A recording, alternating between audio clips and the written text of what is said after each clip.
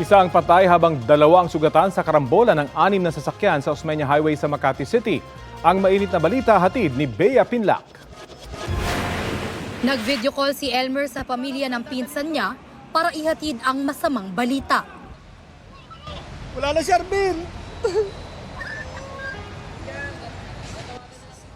Isa ang kumpirmadong patay at hindi bababa sa dalawa ang sugatan sa karambola ng 6 na sasakyan dito sa Osmeña Highway.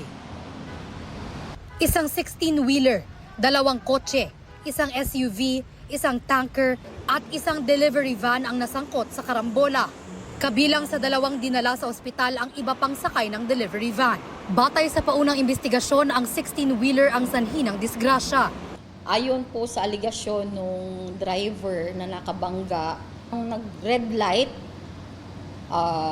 nakahinto yung vehicle 1 hanggang vehicle 5. Ngayon po, yung ating truck driver hindi na po nakapagpreno dahil nga po, sabi niya, bigla pong kumabig pa kanan yung kanyang nabangga na kung saan itong nabangga niya ay ito yung patay po. Depensa naman ng driver ng 16-wheeler, nag-overtake umano ang delivery van kaya nangyari ang salpukan.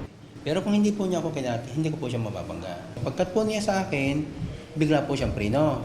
Nung siyempre, ay kunay, alanganin na po yung kanyang kaya ko po siya nabangga. Ay kung may ano man po, ipasensya po sila at hindi ko naman po talaga sinasadyang ganun mangyari. Dahil sa aksidente, nabara ang kalsada at nagdulot ng traffic sa Osmeña Highway patungong Maynila. Patuloy pa ang investigasyon ng mga otoridad. Posibleng maharap sa reklamong reckless imprudence resulting in homicide, multiple physical injuries and damage to property ang driver ng 16-wheeler. Bea Pinlac, nagbabalita para sa GMA Integrated News.